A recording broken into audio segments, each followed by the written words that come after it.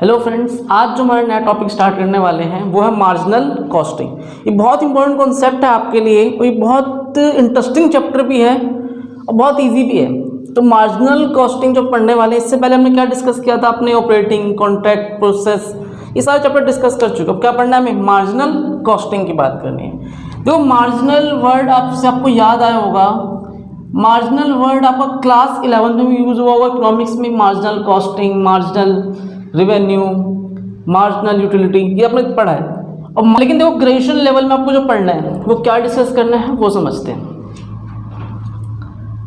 देखिए, सबसे पहले आपको इस चैप्टर में पढ़ना है कॉस्टिंग। जो कॉस्ट है आपका वो टू टाइप्स, एक फिक्स्ड कॉस्ट, एक वेरिएबल कॉस्ट।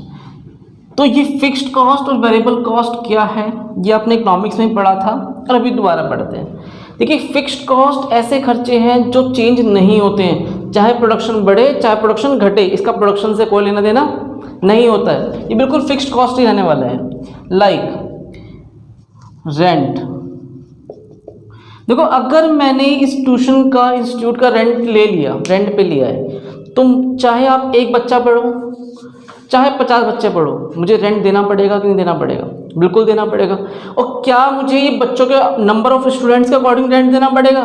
नहीं। एक फिक्स्ड है कि भैया आपको हर महीने इतना पैसा पे करना है, चाहे बच्चे पढ़ाओ चाहे मत पढ़ाओ, फर्क नहीं पड़ता।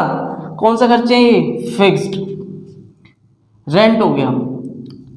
इसके अलावा जैसे आपका फिक्स्ड वर्कर सैलरी।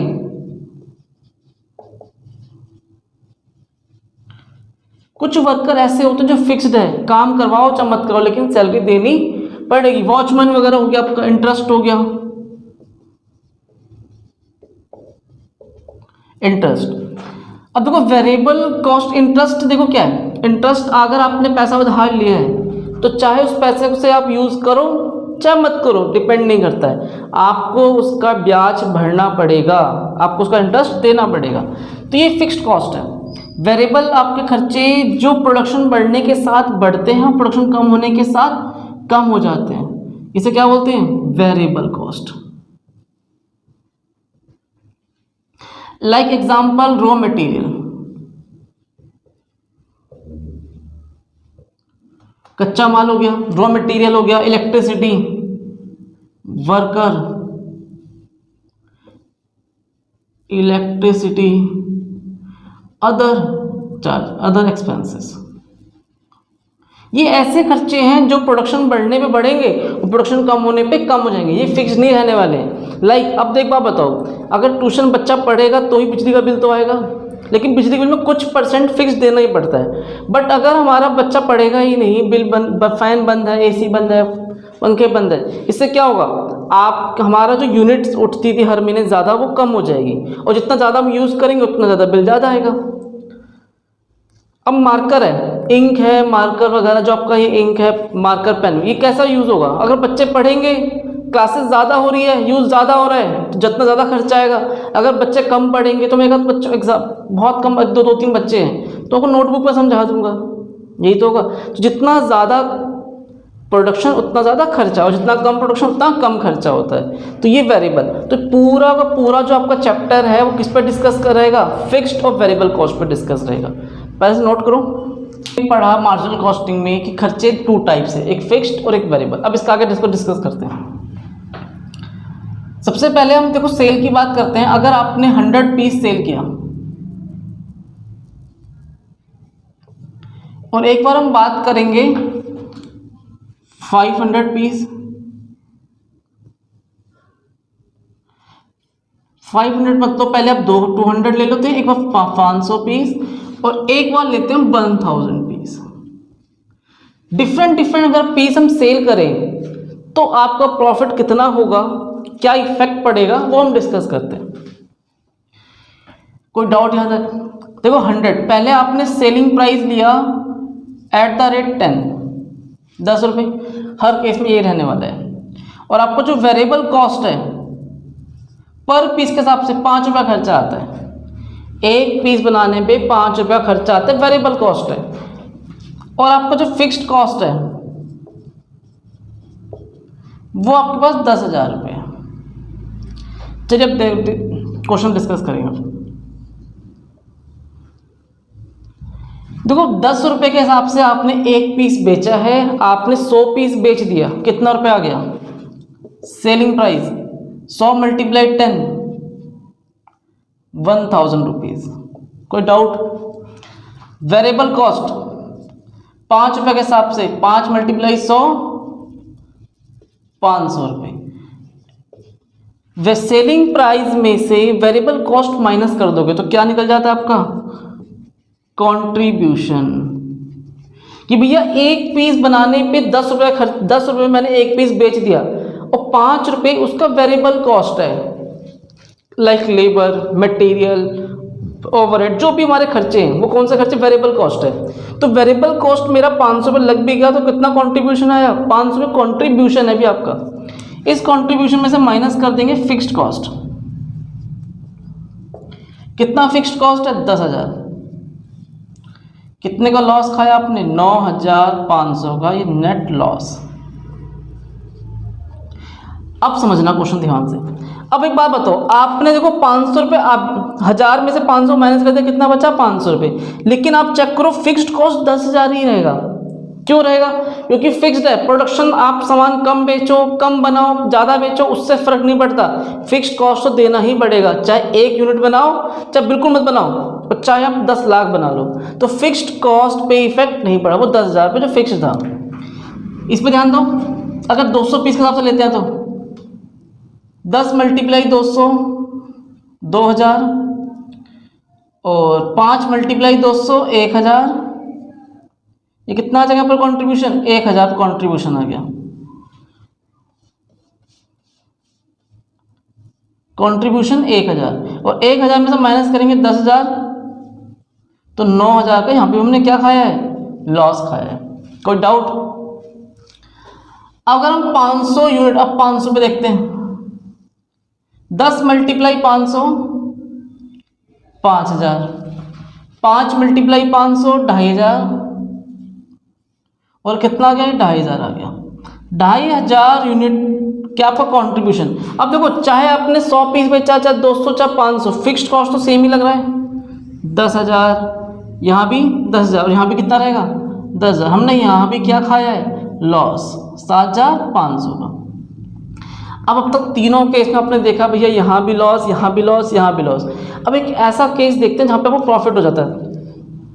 थोड़ा चेंज कर देते हैं इसे, 1000 की जगह 10,000 कर दो। कितना कर दो? 10,000 कर दिया मैंने।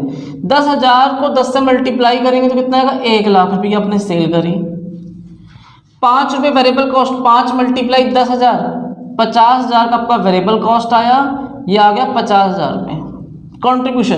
कितना कंट्रीब्यूशन है इस जगह? 50,000, और 50,000 में से 10,000 माइनस कर दोगे, क्या निकल जाएगा आपका? 40,000 का ही नेट प्रॉफिट। तो जितना ज़्यादा आप सामान, आपने देखा 4 केसेस देखा, 100 पीस, 200, 500, 10,000। जितना कम पीस बेचते हो लॉस आ रहा है, जितना ज़्यादा पीस बेच रहे हो उतना ही प्रॉफिट आता है। तो आपने देखा, ये हमने क्या निकाला? पहले कंट्रीब्यूशन, फिर निकाला नेट प्रॉफिट। इसे कॉपी करो। अब कुछ फॉर्मूले डिस्कस करने वाले हैं, तो बहुत छोटे बेसिक फॉर्मूले हैं। ध्यान दो, पहला फॉर्मूला हम पढ़ेंगे प्रॉफिट वॉल्यूम रेशियो। तो पीवी रेशियो भी बोलते हैं शॉर्ट फॉर्म में। क्या बोलेंगे इसे? प्रॉफिट वॉल्यूम रेशियो में डिस्कस करेंगे। देखिए, प्रॉफिट वॉल्यूम रेशियो का फॉर्मूला क्या कहता है? पीवी रेशियो का कंट्रीब्यूशन अपॉन में सेल्स इनटू में 100। क्या कह रहा है? कंट्रीब्यूशन अपॉन में सेल्स इनटू में 100। चलो चेक करो, अगर 500 पीस की बात करते हैं तो 500 पीस की अगर बात करते हैं तो कंट्रीब्यूशन कितना है? 2500, और सेल कितना किया हमने? 5,000 का, इनटू में 100, 50%। चेक कर लो। अगर हम 10,000 पीस बेचने पे कंट्रीब्यूशन चेक करते हैं, पीवी रेशियो 50,000 अपॉन में 1 लाख इंटू 100, इस बार भी कितना आ जाएगा आपके पास?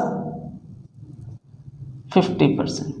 तो आपने कितना भी सामान बेचो, आप कितने भी यूनिट बेचो, 500, 10,000, 1 लाख, 25,000, आपका जो पीवी रेशियो है वो कैसा रहेगा? बिल्कुल इक्वल रहने वाला है, बिल्कुल सेम रहेगा। ऐसा मैं क्यों कह रहा हूँ अब डिस्कस करना, ध्यान से समझना। आपके देखो 5,000, अगर 5,000 की सेल करते हो तब भी कॉन्ट्रीब्यूशन, आपका कॉन्ट्रीब्यूशन कितना है 2500, 50% ही तो है। और अगर आप 1,00,000 का सामान बेचते हो तब भी आपका कॉन्ट्रीब्यूशन कितना है 50 है। क्यों? क्योंकि सेलिंग प्राइस और वेरिएबल कॉस्ट तो वही रहेगा, 10 रुपये पर यूनिट और 5 रुपये पर यूनिट मैंने एग्जाम्पल में लिया है। आपका किसी भी लेवल पे अगर आप पीवी रेशो निकालोगे तो आंसर क्या आएगा, बिल्कुल सेम आ जाएगा, contribution divide by sale into में 100। अब देखो, अगर इस फॉर्मूले का मैं नाम, एक फॉर्मूला और बन सकता है यहीं से, क्या फॉर्मूला अगर आप बनाना चाहो तो ऐसे ही बना लिख सकते हो कंट्रीब्यूशन का, selling price minus variable cost divide by sales into 100। Check कर लो, अभी वही लिखा है मैंने, सेलिंग प्राइस में से माइनस कर देंगे क्या, वेरिएबल कॉस्ट, तब भी क्या आ जाता है, कंट्रीब्यूशन आता है। अगर इसका एक फॉर्मूला और बनाना चाहो, अब एक बात चेक करना, ये नेट लॉस कितना है 7,500 का, अगर 7,500 माइनस में 10,000 ऐड कर दूं तो भी क्या आता है, कंट्रीब्यूशन। तो इसके लिए क्या फॉर्मूला बन जाएगा, net profit plus fixed cost divide by sales into में 100, चाहे नेट प्रॉफिट हो चाहे नेट लॉस हो। अब देखो, जैसे 40,000 का नेट प्रॉफिट आया, 40,000 प्लस 10,000 तब भी क्या निकल जाएगा, कंट्रीब्यूशन। तो फाइनली आपने एक चीज नोटिस करी, ऊपर क्या आ रहा है, कंट्रीब्यूशन, चाहे कंट्रीब्यूशन डायरेक्ट लिख दो, चाहे selling price minus variable cost करके लिख दो, चाहे net profit plus fixed cost लिख दो, क्या आ जाएगा इससे हमारा, कंट्रीब्यूशन, पीवी रेशियो। अब पीवी रेशियो का देखो एक फॉर्मूला हम इस तरह से भी लिख सकते हैं, change in contribution divide by change in cell.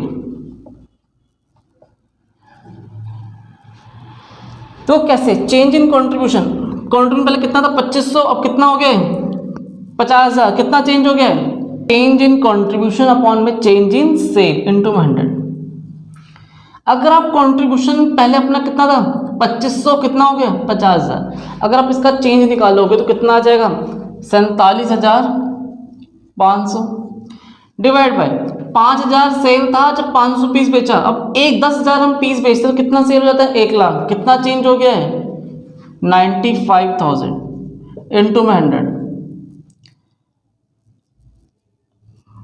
आप इसे डायरेक्ट काट दो, कितने पे जाएगा ये 50%। तो आपने देखा किसी भी फॉर्मूले से आप कर सकते हो, चाहे कंट्रीब्यूशन सेल इंटू में 100 करोगे, चाहे ये फॉर्मूला, चाहे ये नेट प्रॉफिट का, चाहे चेंज इन कंट्रीब्यूशन। तो कई हमेशा अगर आपकी यूनिट्स चेंज हो रही है लेकिन कंट्रीब्यूशन जो पीवी रेशियो होगा वो कैसा होगा, बिल्कुल सेम रहने वाला है। अगर आप 10,000 की जगह 5,00,000 भी बेचोगे तब भी क्या आंसर आएगा, 50% ही आने वाला है। पहले से कॉपी करो। अब हमें जो डिस्कस करने क्या पढ़ने वाले हैं, ब्रेक इवन पॉइंट पढ़ने वाले हैं। तो देखो, ब्रेक इवन पॉइंट का मतलब क्या है, ब्रेक इवन पॉइंट एक ऐसा पॉइंट है जहां पर ना तो आपको प्रॉफिट हो रहा है और ना ही आपको कोई लॉस हो रहा है, ना प्रॉफिट ना ही लॉस, कुछ भी नहीं कमाया आपने, एक ऐसा पॉइंट नील, आपका जो अपन नेट प्रॉफिट और नेट जो भी लॉस है बिल्कुल जीरो, कोई भी प्रॉफिट नहीं है, जितना आपने सेल किया जितना पैसा आया उसमें सारे खर्चे बराबर कर दिए, कुछ भी प्रॉफिट नहीं बचा, कुछ भी लॉस नहीं बचा है। अब एक बात बताओ, आप बिजनेस करते हो तो क्या इसी चीज़ के लिए बिजनेस करते हो क्या, कि ना ही प्रॉफिट कमाएंगे ना ही लॉस कमाएंगे, ऐसा होता है क्या? बिजनेस करने का जो मेन मोटिव क्या होता है आपका, कि मैक्सिमम प्रॉफिट कमाना, प्रॉफिट को ज़्यादा कमाना। लेकिन तब भी एक सिचुएशन आपको ऐसी पढ़ने आप आता है कि भैया आपको ऐसे कितना सामान बेचे, कितना सेल कर दे ताकि ना तो प्रॉफिट हो जाए और ना ही कोई लॉस हो, मतलब हाँ ठीक है हमारा इतना काम हो जाए कि हम बिल्कुल सेटिस्फाइड हो जाए, इतना मिनिमम कितनी सेल हमें करनी चाहिए ताकि हमारा ना प्रॉफिट हो ना ही लॉस हो। हमें वही टॉपिक डिस्कस करेंगे, क्या पढ़ना है हमें, ब्रेक इवन पॉइंट। तो देखो यहाँ पर पढ़ने के लिए क्या पढ़ना है, ब्रेक इवन पॉइंट के लिए सबसे जो पहला फॉर्मूला क्या बनने वाला है, ना ही प्रॉफिट होना चाहिए ना ही लॉस होना चाहिए। क्या पढ़ना है, ब्रेक इवन पॉइंट, ना तो प्रॉफिट होना चाहिए और ना ही लॉस होना चाहिए। Total fixed cost, total fixed cost divide by contribution per unit, ये क्वांटिटी की फॉर्म में है। अब हम एक वॉल्यूम फॉर्म में निकालेंगे। देखो क्या लिखा है, total fixed cost. Total fixed cost कितना लिखा था हमने, 10,000। अगर आपके पास 10,000 क्या है, फिक्स्ड कॉस्ट है, divide by contribution per unit. अब देखो कंट्रीब्यूशन पर यूनिट कैसा निकलेगा, सेलिंग प्राइस 10 रुपये का था, वेरिएबल कॉस्ट 5 रुपये पर यूनिट। अगर 10 में से 5 माइनस कर दो तो 5 रुपये पर यूनिट क्या आ जाएगा, कंट्रीब्यूशन। कंट्रीब्यूशन अगर आपने देखा है कि एक यूनिट पे कंट्रीब्यूशन कितना है, 5 रुपये का रहता है, तो 5 रुपये से डिवाइड करो इसे 2000। अगर आप 2000 पीसेस बेचते हो, 2000 पीसेस आया, अगर आप 2000 पीस बेचते हैं तो ना ही आपको कोई प्रॉफिट होता है और ना ही कोई लॉस होता है। तो कैसा पॉइंट आ गया, ये ब्रेक इवन पॉइंट की बात कर रहे हैं। अब देखो ब्रेक इवन कितना, 2000। इसे कंफर्म करते हैं, 2000 पर चेक करते हैं।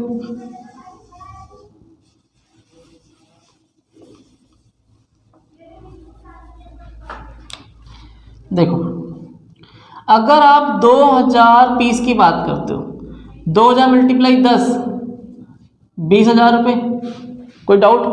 2000 मल्टीप्लाई 5, 10,000 रुपये। अगर इसका कंट्रीब्यूशन माइनस करो कितना आ जाएगा, 10,000 आ जाएगा। और 10,000 देखो आपका फिक्स्ड कॉस्ट भी था, चेक करो। 10,000 में से 10,000 माइनस कर दोगे तो क्या आएगा, नील। ना तो कोई प्रॉफिट कमाया और ना ही आपने कोई लॉस कमाया। ब्रेक इवन पॉइंट कितना आ गया है, 2000 पीस। तो आपको फॉर्मूला याद करना है क्या, total fixed cost divide by contribution per unit. देखो ये तो था आपका एक पीस की फॉर्म में, यूनिट क्वांटिटी। लेकिन अगर मुझे वॉल्यूम की फॉर्म में जानना है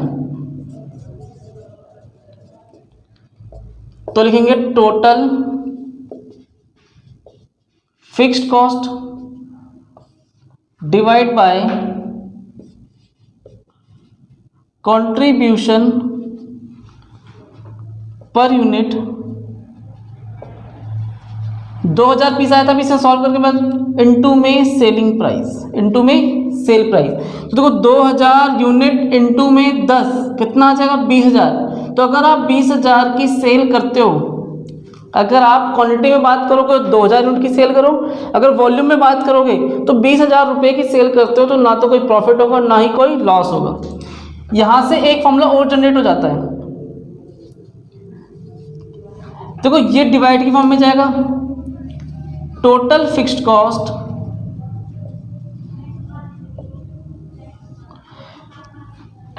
कंट्रीब्यूशन अपॉन में सेलिंग सेल, कंट्रीब्यूशन अपॉन में सेल। तो क्या फॉर्मूला बन जाता है, ये PV ratio. PV ratio formula होता क्या है, कंट्रीब्यूशन अपॉन में सेल होता है। तो जो डिवाइड वाला सेल है वो कहाँ चला गया, ऊपर। तो इसी फॉर्मूले से फॉर्मूला क्या बन गया, टोटल फिक्स्ड कॉस्ट अपॉन में पीवी रेशियो। तो आपको क्वांटिटी फॉर्म में ये फॉर्मूला भी याद करना है, ये वाला वॉल्यूम की फॉर्म में, और यही सेम फॉर्मूला इधर भी है, total fixed cost divide by PV ratio. तो कोई डाउट यहाँ तक, कोई समस्या? तो पहले से नोट करो, जो हम टॉपिक डिस्कस करने वाले हैं, क्या पढ़ने वाले हैं हम, डिजायर्ड प्रॉफिट पढ़ने वाले हैं। तो मैंने यहाँ पर हेडिंग डाला है डिजायर्ड प्रॉफिट, ये बहुत इंपॉर्टेंट है। डिजायर्ड देखो मतलब होता क्या है, इच्छा। आपके इच्छा के अनुसार प्रॉफिट कमाना है आपको। देखो आप बिजनेस कोई सा भी करते हो तो आपके मन में एक इच्छा होती है कि भैया मुझे कम से कम इतना प्रॉफिट तो अर्न करना ही करना है। कोई डाउट यहाँ तक? देखो मैं ट्यूशन पढ़ा रहा हूँ तो मेरे मन में क्या आएगा कि भैया हर महीने कम से कम इतना प्रॉफिट तो मैं कमाऊँ। डिजायर्ड है, मेरी इच्छा है। 30,000 हो सकता है, 40,000 भी हो सकता है, 50,000 भी हो सकता है, वो 1 लाख भी हो सकता है। तो आप बिजनेस कुछ भी करते हो तो आपके मन में क्या क्वेश्चन आता है कि भैया मुझे एक डिजायर्ड प्रॉफिट अकॉर्डिंग काम करना है, ताकि मुझे इतना प्रॉफिट क्या करना है, कमाना ही कमाना है। तो डिजायर्ड प्रॉफिट कमाने के लिए कितना यूनिट आप सेल करो, आपको पता होना चाहिए कितनी क्वांटिटी में बेचूं ताकि मुझे मेरा इच्छा के अनुसार जो प्रॉफिट मैंने सोचा है वो मुझे मिल सके। तो वही इस टॉपिक में डिस्कस करेंगे, बहुत इंपॉर्टेंट है। तो क्या पढ़ना है, डिजायर्ड प्रॉफिट। अगर हम क्वांटिटी की बात करें, क्वांटिटी की फॉर्म में formula total fixed cost divide by contribution per unit. अब आपके मन में क्वेश्चन आएगा कि सर ये तो आपने वही लिख दिया जो पहले लिखा था। बिल्कुल वही तो लिखा है, total fixed cost by contribution per unit. ये फॉर्मूला किसका था बेटा, अभी बताया था, ब्रेक इवन पॉइंट का। कोई डाउट? और अभी बिल्कुल अभी भी डिस्कस किया है। तो आप कहोगे कि सर इस फॉर्मूले में और पहले फॉर्मूले में क्या डिफरेंस है? बिल्कुल है अब डिफरेंस। अब ध्यान देना, मैं इसमें एक छोटी सी बात ऐड कर दूंगा, वो क्या? Desired profit. क्या ऐड कर दूंगा? Desired profit. सपोज एग्जांपल, आपका फिक्स्ड कॉस्ट 10,000 है और आपके इच्छा के अनुसार प्रॉफिट 20,000 है। आप सोचते हो कि भैया मुझे 20,000 पे प्रॉफिट कमाना है। डिजायर्ड प्रॉफिट कितना आपका? 20,000 है, 20,000 रुपये। 10,000 प्लस 20,000 डिवाइड बाय 5 कितना आ जाएगा? ये 30,000 डिवाइड बाय 5, 6,000 यूनिट। अगर आप 6,000 पीस मार्केट में बेचते हैं तो आपको भी डिजायर्ड प्रॉफिट बिल्कुल मिलेगा। अब आप कहोगे कि सर 6,000 यूनिट तो आगे से चेक करके बताओ। चलो चेक करके बताते हैं आपको, बिल्कुल इसे कंफर्म भी कर लेते हैं।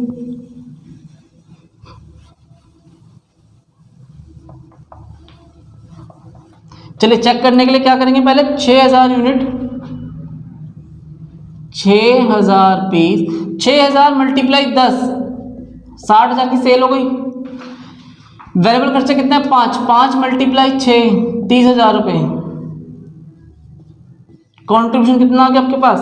30,000 रुपये। तो 60,000 में से 30,000 का कितना बचा? 30,000। और 30,000 में से आपके 10,000 फिक्स्ड कॉस्ट है, बिल्कुल निकालने पड़ेंगे। रेंट वगैरह, watchman salary, fix worker salary, जो भी खर्च करते हो। तो 30,000 कॉन्ट्रीब्यूशन में से 10,000 वो भी माइनस कर दो, कितना प्रॉफिट आ जाएगा आपके पास? 20,000। चेक करो, क्या आपका डिजायर्ड प्रॉफिट 20,000 था? बिल्कुल, आपने सोचा ही था 20,000 कमाना है, भैया मुझे 20,000 प्रॉफिट चाहिए बस। और चेक करो 20,000 प्रॉफिट आ रहा है, तो कितना बेचना पड़ेगा आपको? 6,000 पीस बेचना पड़ेगा। तो 6,000 पीस बेचने के लिए क्या करना पड़ा? Fixed cost plus desired profit divide bye contribution per unit. तो पहले से इसके बाद हम क्वांटिटी पढ़ा, अब हम पढ़ेंगे वॉल्यूम के फॉर्म में। तो फॉर्मूला आपका बिल्कुल सेम रहने वाला है, और इनटू में क्या आ जाएगा? Selling price. तो total fixed cost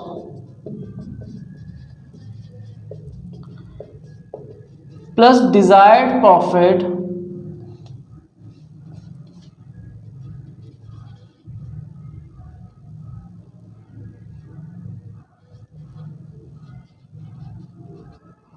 divide by contribution per unit और इनटू में सेलिंग प्राइस। अब आपने देखा पहले आंसर कितना आया था? 6,000। 6,000 मल्टीप्लाई 10 कर लो, कितना आ जाएगा? 60,000 आ जाएगा।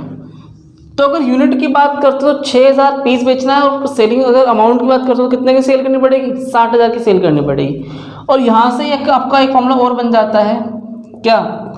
Total fixed cost plus desired profit